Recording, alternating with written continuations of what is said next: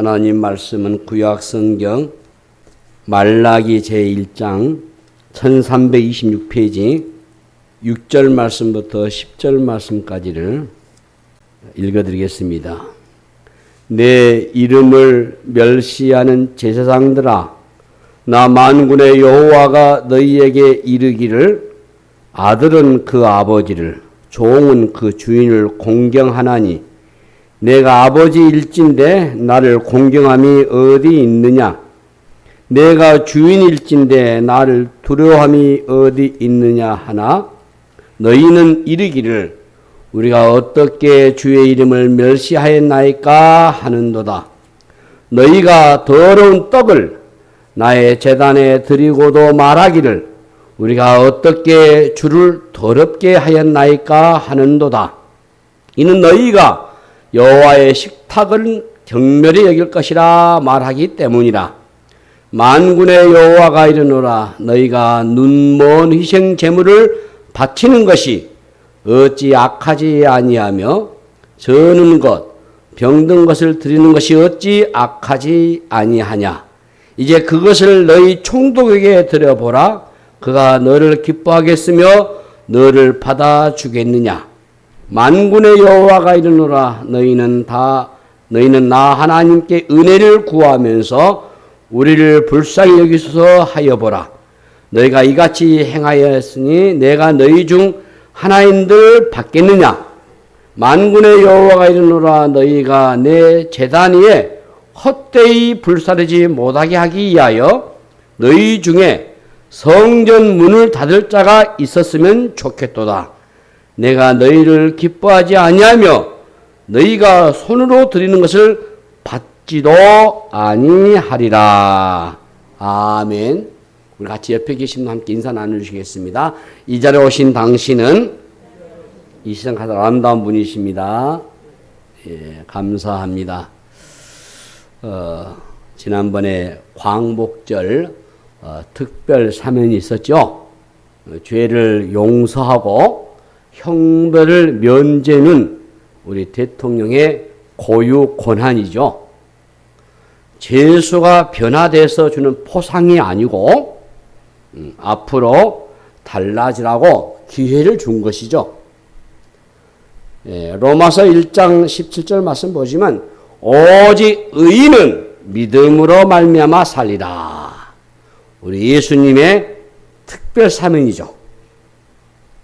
십자가와 부활을 통해서 마련된 이 죄 용서, 이 형벌 면제, 이게 영적 시스템이죠.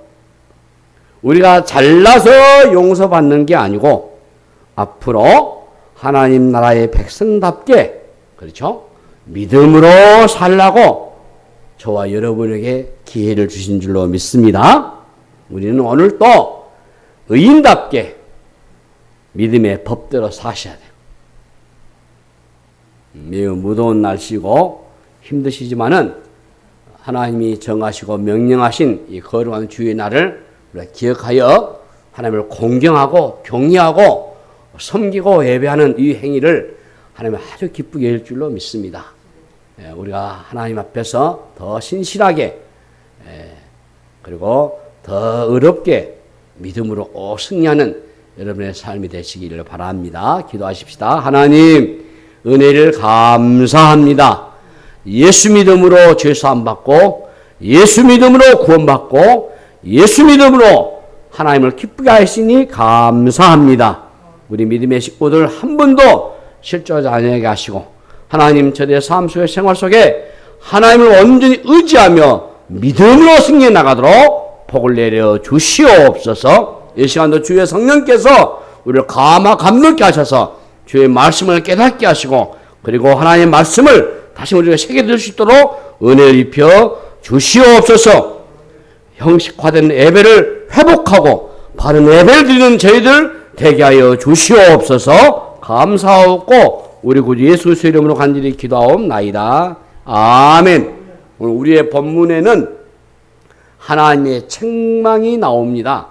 하나님은 먼저 지도자들을 책망하셨습니다. 이 말라기서에는 제사장의 부패와 타락상이 나오죠.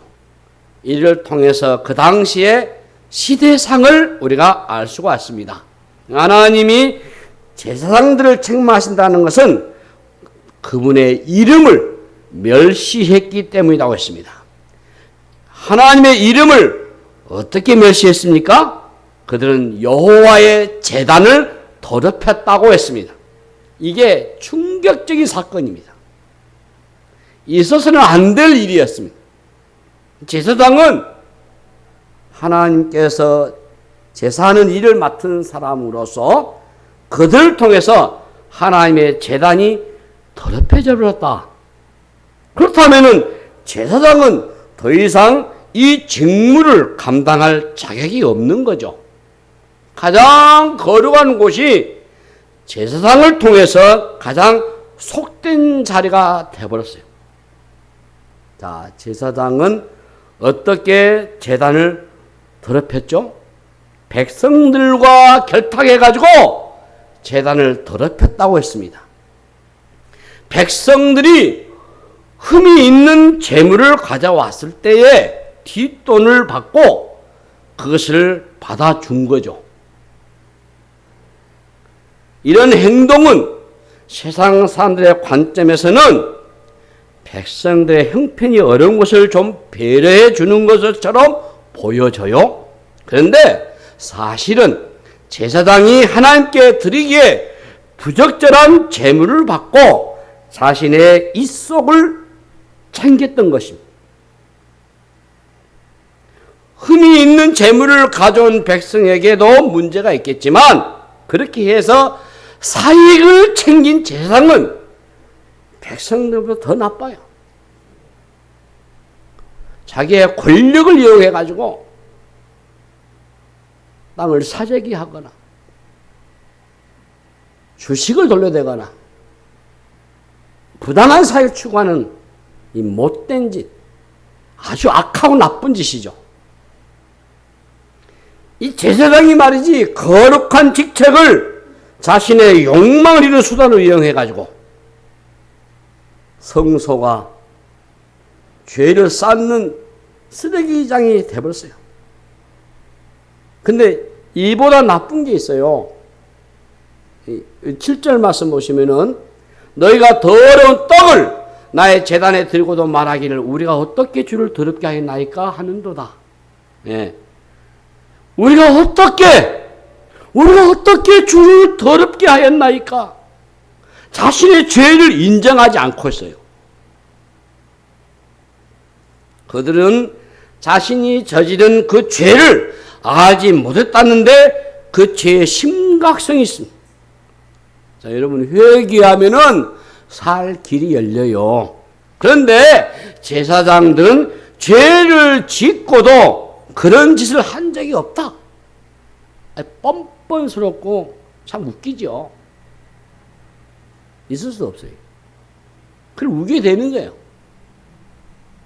백성은 연약하여 타락할 수 있습니다. 그렇지만 제사장은 그러면 안 되잖아요. 제사장은 구별된 신분으로 거룩한 직무를 위해서 구별된 사람이잖아요.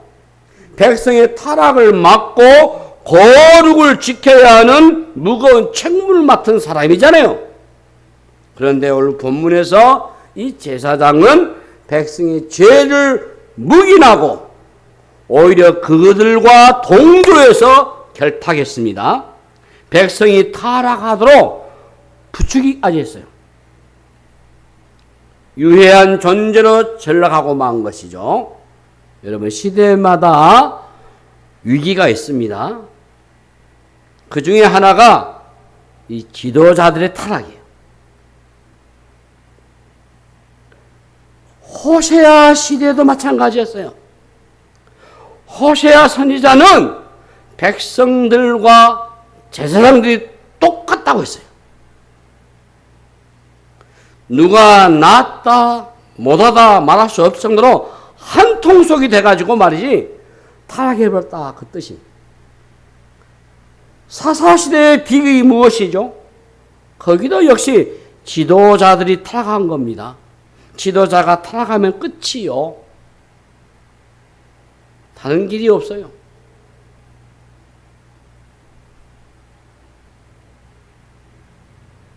농부들이 낫을 들고 곡괭이 들고 일어서면 끝이요. 민초들이 소리를 지르며 못 살겠다고 그러면 끝이요. 자, 이것을 우리가 오늘 적용해보면 어떻겠습니까? 구약의 제사장이 신약시대, 지금의 시대 이후로는 없어요. 그렇죠? 예수님께서 오심으로써 제사와 관련된 제도가 아예 없어버렸기 때문에 지금은 제사장이 없습니다. 그러므로 오늘날은 우리 모두가 다 제사장이에요. 어느 소수의 목회자만 소명을 받는 게 아니요. 모든 성도는 그러므로 왕 같은 제사장이라고 했어요. 우리는 소명을 받은 성도로서 정체성을 분명히 가지셔야 돼요. 자, 어느 정도 우리가 신앙생활을 했다고 하면은 반드시 다른 사람에게 영향을 끼치는 그런 위치에 있습니다. 예수님을 믿은 지 한 2년 정도 된 사람은 예수님을 믿은 지 1년 된 사람에게도 영향을 끼치는 그런 위치에 있어요. 영향력은 참으로 무섭잖아요. 한 사람의 말과 행동의 파급력이 얼마나 큽니까? 우리는 그러므로 왕 같은 제사장으로서 부름을 받았기 때문에 한 사람이 따르더라도 우리는 지도자가 되고 리더자가 되는 겁니다. 아기가 태어났을 때, 우리 아기가 딱 태어났을 때 그 손을 붙잡는 순간 그는 지도자입니다. 이게 오늘 저와 여러분 다 지도자예요. 부모는 가정에서 제사장과 같은 그런 존재입니다. 리더가 바로 서면은 세상을 바꿀 수 있겠지만은 리더가 무너지게 되면 모든 게 무너져 버려요. 지도자가 살아있으면 소망이 있겠지만 지도자가 죽어버리면은 소망의 불은 꺼져버린 거예요. 목회자 한 사람이 바로 세워지면 한 교회가 산다라고 저는 믿습니다. 그러므로 우리가 후원도 하고 기도도 하지만은 우리 신학교에서 많이 기도를 해야 돼요. 지도자를 배출하는 학교가 그만큼 중요하기 때문에. 이 중요함 때문에 이 사단 마귀가 아주 바글거린 곳이요. 마귀가 강하게 역사하잖아요. 영향을 끼치는 지위를 이용하면은 많은 부작용이 나타나요. 자, 우리 본문에서 하나님은 제사장들의 죄를 지적하셨습니다. 그게 6절과 7절 말씀이셔요. 내 이름을 멸시하는 제사장들아, 나 만군의 여호와가 너에게 이르기를 그들 아들은 그 아버지를 종은 그 주인을 공경하나니 내가 아버지일진데 날 공경함이 어디 있느냐, 내가 주인일진데 날 두려움이 어디 있느냐 하나 너희는 이르기를 우리가 어떻게 주 이름을 멸시하였나까 하는도다. 너희가 더러운 떡을 나의 제단에 드리고도 말하기를 우리가 어떻게 주를 더럽게 하였나이까 하는도다. 이는 너희가 여호와의 식탁은 경멸히 여길 것이라 말하기 때문이라. 자, 여기 보면은 하나님과 이스라엘의 백성의 관계를 어떻게 말했습니까? 하나님은 그들과 특별히 관계로 부르셨는데 이 말라기에서는 하나님과 이스라엘 백성의 관계를 아버지와 아들의 관계로 비유했다 그 말이에요. 출애굽기 4장 22절 말씀 보시면 너는 바알에게 이르기를 여호와의 말씀에 이스라엘은 내 아들 내 장자라. 신명기 32장 6절 보시면 어리석고 지혜 없는 백성아 여호와께 이같이 보답하느냐 그는 내 아버지시요 너를 지으신 이가 아니시냐 그가 너를 만드시고 너를 세우셨도다. 그러니까 하나님이 이스라엘을 아들로 세우셨다면 아들은 아버지를 공경해야 합니다.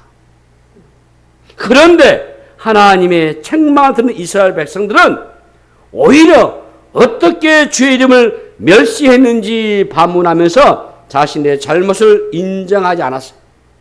이스라엘이 자신의 죄를 인정하지 않자 하나님께서 너희가 더러운 떡을 나의 제단에 드리고도 말하기를 우리가 어떻게 주를 더럽게 하였나이까 하는도다. 이는 너희가 여호와의 식탁을 경멸히 여길 것이라 말하기 때문이다. 7절 이렇게 말씀하셨잖아요. 하나님은 이스라엘 백성에게 하나님을 존중하라고 요구하고 계세요. 하나님의 백성에게 가장 중요한 일은 하나님에 대한 경외심을 갖는 겁니다. 하나님을 경외하고 존중하는 것, 이 제단에서 나타난 이게 바로 예배죠. 구약의 제사라면 신약에는 예배입니다, 여러분. 예배 드리는 곳이 어디입니까? 오늘 본문에 나의 제단, 여호와의 식탁 이런 표현이 나와죠. 이게 하나님과 관련된 것은 여러분 무엇인지 조심하셔야 돼요. 하나님께 드리는 제물을 올려놓은 이 제단은 지상에서 가장 신성한 곳이죠. 지상에서 하나님을 만나는 곳이고 하나님과 접촉하는 가장 중요한 곳이죠. 이스라엘의 흥망성쇠가 여기서 결정되어 버립니다. 하나님에 대한 최상의 예우는 예배를 통해서 드러나는 것이에요. 그런데 문제가 생겼어요. 제사장과 백성들이 하나님의 이름을 더럽혔습니다. 가장 무서운 죄가 신성모독으로서 그들은 더러운 떡을 하나님께 드리고도 우리가 어떻게 주를 더럽게 하였나이까? 라고 반문했어요. 이 질문에 하나님은 좀 더 구체적으로 지적하셨는데요. 8절을 보시면은 만군의 여호와가 이르노라 너희가 눈먼 희생제물을 바치는 것이 어찌 악하지 아니하며 저는 것 병든 것을 드는 것이 어찌 악하지 아니하냐. 이제 그것을 너희 총독에게 드려보라. 그가 너를 기뻐하겠으며 너를 받아주겠느냐. 레위기에 보게 되면은 레위기에 보면 하나님의 제물에 대해서 엄격하게 규정을 했어요. 신명기 15장 21절에 그러나 그 짐승이 흠이 있어서 절거나 눈이 멀었거나 무슨 흠이 있으면 내 하나님 여호와께 잡아들이지 못할지니 우리는 하나님께 흠이 없는 것, 깨끗한 것을 드리셔야 돼요. 하나님이 제물을 강조하신 것은 제물은 그분에 대한 예우입니다.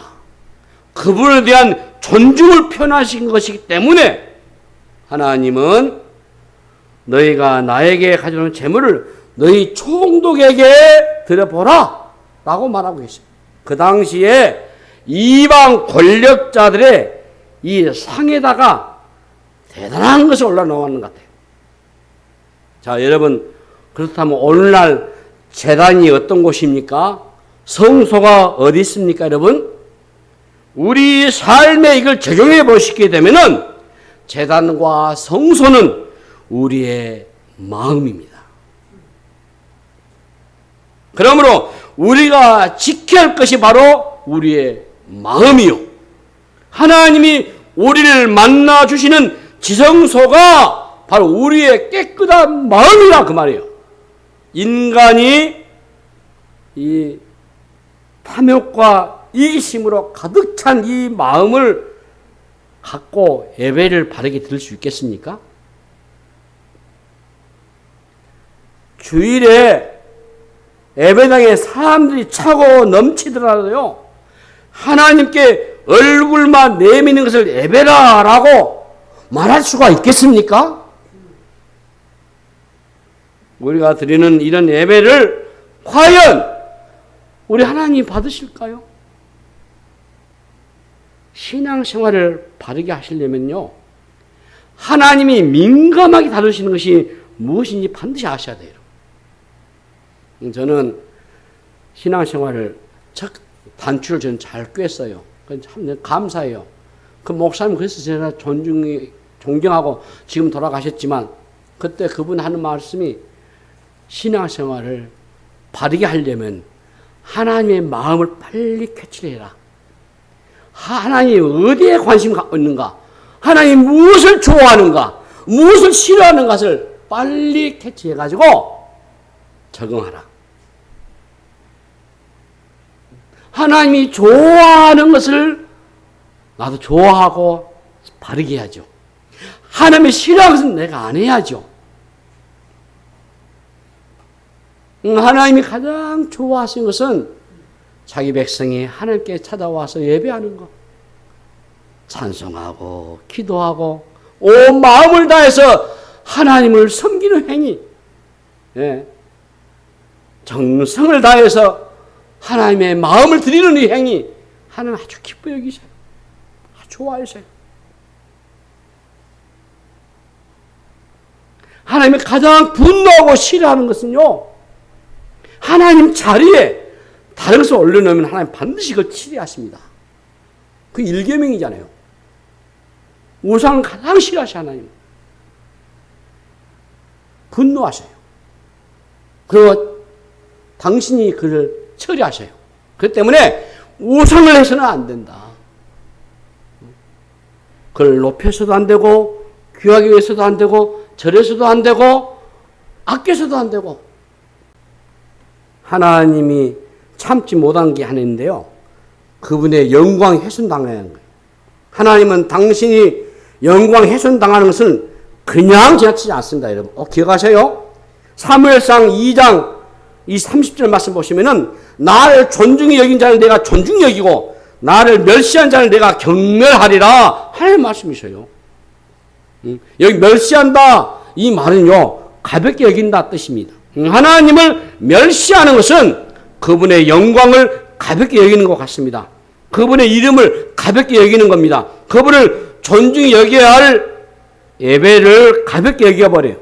우리는 절대로 하나님을 가볍게 여겨서는 안 됩니다, 여러분. 하나님은 존귀한 분이셔요. 영광은 히브리어로 카보드입니다. 이게 무겁다는 뜻이에요. 하나님의 영광이 가진 무게는 이 세상의 그 어떤 것과도 비교할 수 없어요. 하나님의 이름은 이 세상의 그 어떤 것보다 무게가 나가게 되어 있습니다. 그러므로 가볍게 이걸 다뤄서는 안 돼요. 우리는 온 마음을 담아서 하나님의 이름을 표현하셔야 돼요. 하나님의 영광을 잘못 다뤄서는 안 됩니다.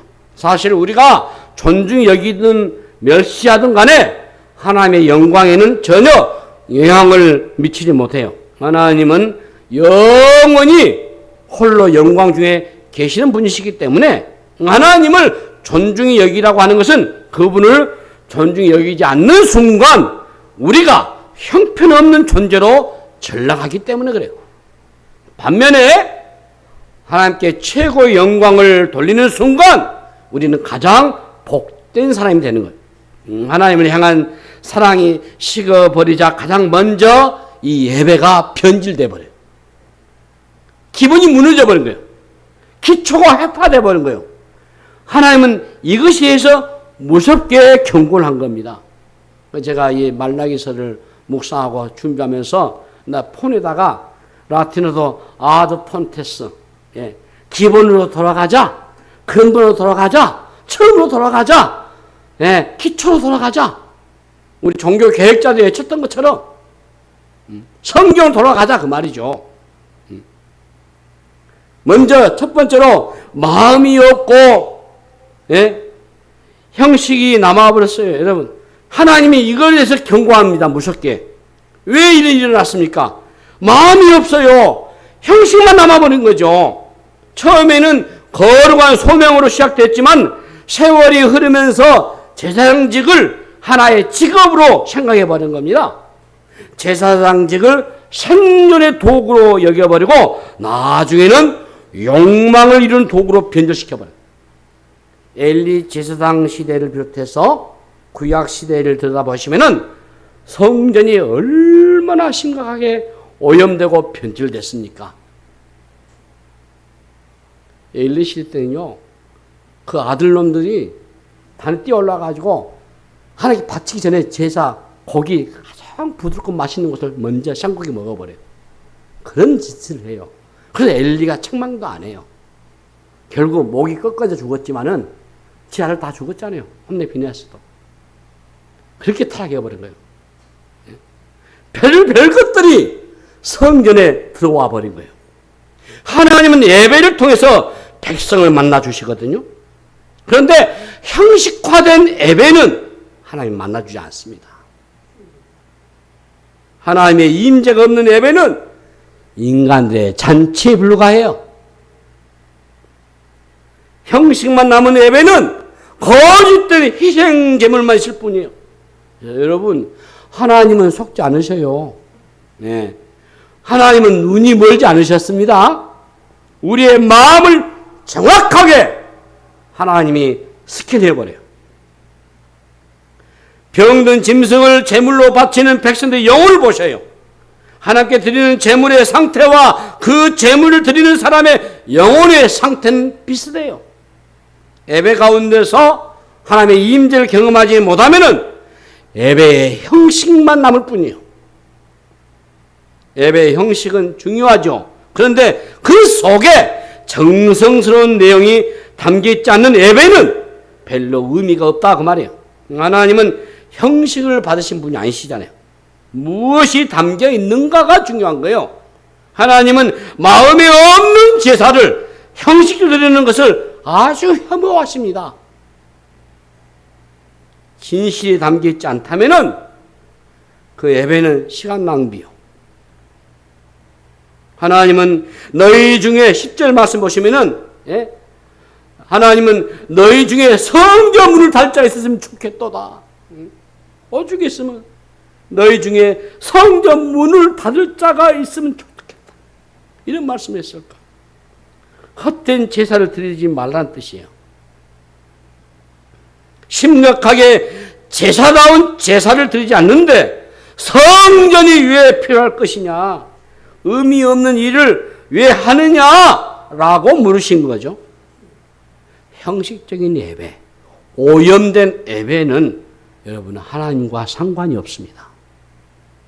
사람의 마음을 위로할 수 있을지 모르겠지만은 우리 하나님과의 관계는 없어요. 관계 없어요. 하나님은 잘못된 예배를 받지 않으셔요. 변질된 예배를 드릴 바에야 차라리 성전 문을 닫으라 라고 말씀하신 거예요. 얼마나 무서운 말씀입니까, 여러분? 우리는 오늘의 예배를 좀 진지하게 살펴보셔야 한다고 봅니다. 이 예배를 하나님이 지금 받으신지, 예배에 대한 우리의 태도가 변질되지는 않았는지, 예배를 드리는 우리의 마음이 어떠한지를 잘 보셔야 돼요. 또 하나는요, 하나님에 대한 두려움이 없어졌기 때문에요. 자, 더러운 떡과 눈먼 희생 제물을 제단에 올려놓았다라고 하는 것은 하나님에 대한 두려움이 사라졌다는 뜻이에요. 하나님 뭐라 합니까? 너희 총독에게 들어보라고 말씀하잖아요. 이것은 인간의 권력자인 총독을 두려워한다면 그렇게 행동할 수 있겠느냐 그 뜻입니다. 직장에서 혹시 진급에 영향을 미치는 상사를 혹시 집에 초대했을 때 여러분 상한 음식을 내놓는 사람이 어디 있겠습니까? 하나님이 어떤 분이십니까? 세상의 왕들을 통치하는 왕 중 왕이시잖아요. 그런데 하나님의 식탁에 생각 없이 재물을 올려놓았다면 이 얼마나 무리한 행동입니까? 이것은 기본 중에 기본을 무시한 행동 아닙니까? 우리 삶에서 가장 무서운 일은 하나님을 두려워하지 않는 겁니다. 이것은요, 제어 장치가 없는 자동차와 같아요. 하나님에 대한 두려움이 없다 보니까 하나님의 성전을 강도의 소굴로 만들어버린 거죠. 이 말라기 시대가 타락한 것도 하나님에 대한 두려움이 없었기 때문이에요. 지금 여러분, 교회를 움직이는 힘이 무엇이겠습니까? 교회는 세속적인 힘을 통해서 움직이지 않습니다. 세상의 힘이 교회 안에 들어오면 안 되잖아요. 교회는 인본주의적인 시스템으로 운영되는 게 아니에요. 교회를 움직이는 힘은 오직 하나입니다. 하나님의 백성들 안에 있는 하나님에 대한 경외심이에요. 그러지 않아요. 우리의 행동 하나하나가 하나님에 대한 두려움에서 나온 것이어야 되잖아요. 하나님을 두려워하는 백성들이 모여서 교회를 섬기는 게 아니에요. 하나님을 두려워하면은 자기 마음대로 행동할 수가 없잖아요. 철학자 파스칼은 만약 당신이 두려워한다면 두려워하지 말고, 만일 당신이 두려워하지 않는다면 두려워하라고 했어요. 우리는 아주 작은 일에도 하나님을 의식하고 행동하셔야 돼요. 하나님을 두려워할 줄 아는 사람이 하나님의 사람이에요. 또 하나는 율법을 의도적으로 무시했기 때문이에요. 자, 이스라엘 백성들은요, 율법에 분명히 명시된 규정을 어겼습니다. 이처럼 말씀을 무시하는 것은 불순종으로 이어져요. 가나안을 정복하기 전에 하나님은 여호수아에게 여호수아 1장 8절에 이 율법책을 내 입에서 떠나지 말게 하며 주야로 그것을 묵상하여 그 안에 기록된 대로 다 지켜 행하라. 그리하면 내 길이 평탄하게 될 것이며 네가 형통하리라. 이렇게 말씀하셨어요. 우리는 율법을 거추장스러운 것으로 여기서는 안 됩니다. 왜 주야로 말씀을 묵상해야 합니까? 그 속에 형통의 길이 있기 때문입니다. 율법을 지킬 때 율법이 우리를 보호해 준다고 했어요. 말씀에서 벗어나서 복을 받을 수 있는 길은 없습니다, 여러분. 아무리 여러분들이 키고 날려도요, 말씀을 벗어나면 안 돼요. 그래서 신명기 28장에 말씀대로 순종하면 나가도 복을 받고 들어와도 복을 받고 별 복이 다 나와요. 예? 네 하는 손에 하는 일들이, 너 떡반죽 것이 네 자식이 모든 게 다 잘 되고 형통해요. 근데 만일 말씀에 불순종하게 되면 그것보다 더 많은 배에 하나님의 징치가 있다고 성경 말해요. 축복에서 10절을 만다면은 저주에서는 30절에 되면 더 많아요. 3배 돼야 더 많아요. 기근과 언역과 질과 바람과 멀로 아주 하나님이 이리치고 저리치고 다. 이 신명기와 말라기의 구약에서 앙상도 이루잖아요. 네? 우리 그러잖아요. 율법을 지킬 때 율법 우리를 보여준다 했어요. 말씀에서 벗어나서 복을 받을 수 있는 길이 없어요. 신명기 핵심이 순종이거든요.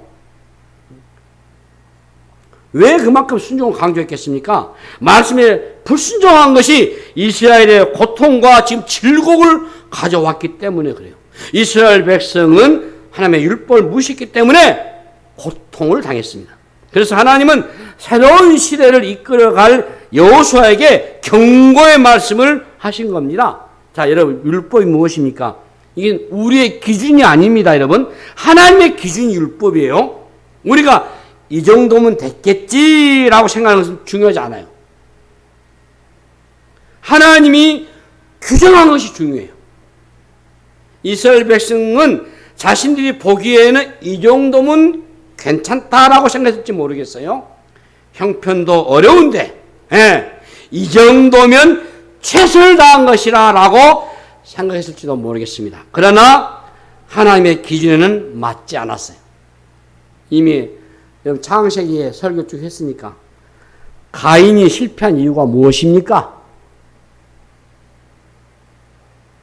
왜 가인이 실패했습니까? 가인은 자신의 기준에 맞춘 제사를 드린 거예요. 그리고 하나님이 자신의 제사를 받지 않으셨지 거기에 화를 낸 거죠. 화내는 사람은 자기 기준이 강한 사람입니다. 그러나 우리의 기준은 그렇게 중요하지 않습니다. 하나님의 기준이 중요한 거지. 그러잖아요. 우리는 자신의 기준을 만들고 자기 방식대로 하나님을 섬기려고 하잖아요. 그러나 우리의 기준은 변화무쌍합니다, 여러분. 사실 우리가 정한 기준은 상황을 고려한 것이잖아요. 기준을 정할 때 합리화하잖아요. 그럴듯한 사정도 생겨요. 그래서 기준이 점점 낮아진 거예요. 이스라엘 백성은 하나님께 더러운 떡을 드리고도 어떻게 우리가 주를 더럽게 하겠나이까 말했어요. 이 영적 무지에 따른 아주 불순한 태도 아닙니까? 구약시대의 제사는 하나님을 만나는 수단이잖아요. 제사는 하나님과 이스라엘 백성의 관계에서 기본 중에 기본이에요. 다른 것은 몰라도 제단은 지켜야 돼요. 제단은 하나님이 그분의 백성을 만나주는 통로가 되기 때문에, 근데 제사에 문제 생기는 모든 것이 엉켜버려요. 역사를 살펴보시면은 항상 여기서부터 문제가 발생됩니다. 제단을 경홀히 여기는 것에서부터 이스라엘이 영적으로 병들었다는 사실을 알 수 있어요. 예배가 타락하게 되면 모든 게 타락하게 되어 있어요. 제단이 무너지면 더 이상 소망이 없습니다.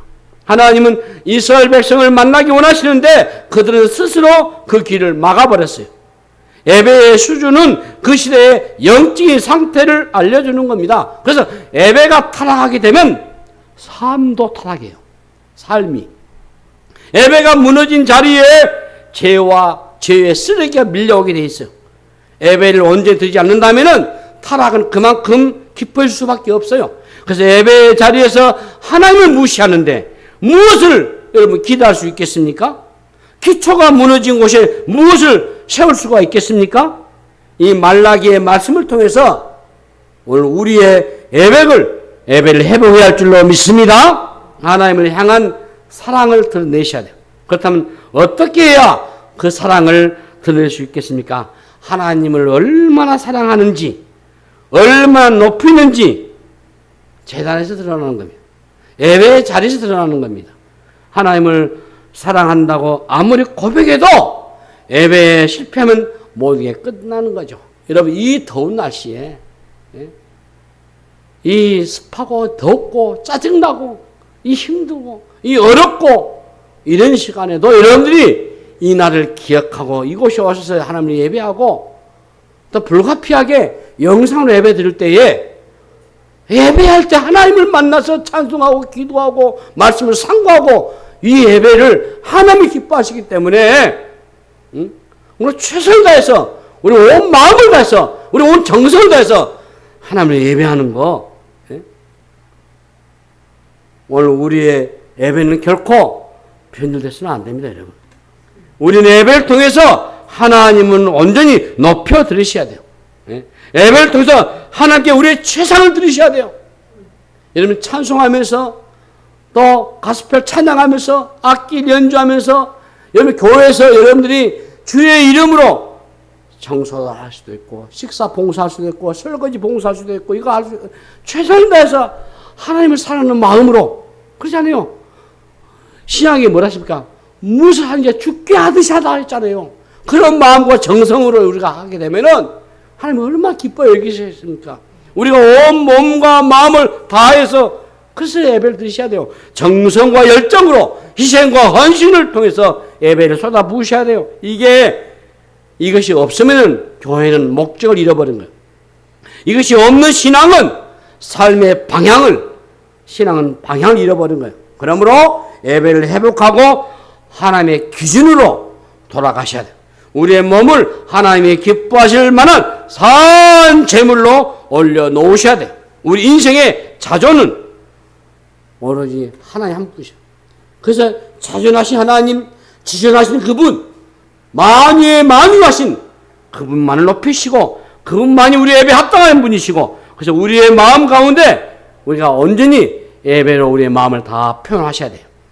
예배에 여러분의 진심을 가지고 여러분의 헌신을 다해서 정성을 다해서 하나님께 예배드리고 하나님의 전해드리는 이런 삶이 되시기를 바랍니다. 우리 예배가 회복이 되면서 우리 신앙에 새로운 변화가 일어나기를 바랍니다. 이 예배가 죽게 되어버리면은 다 죽어버린 거죠. 예배가 살게 되면은 모든 살아남게 되는 것이고, 그래서 예배다운 예배를 바르게 드릴 때만이 그곳에 하나님의 나라의 역사, 그 부흥의 역사 일어난 줄로 믿습니다. 그러므로 여러분 다시 한번 오늘의 말씀을 통해서 우리가 다시 한번 이 시대에 우리의 교회를 상황을 보시면서 이 말라기의 말씀을 우리가 조명하면서 다시 한번 형식화된 예배를 벗어나고 우리가 예배가 바르게 회복되는 그 은혜가 되시기를 주님의 이름으로 축복합니다. 하나님 은혜를 감사합니다.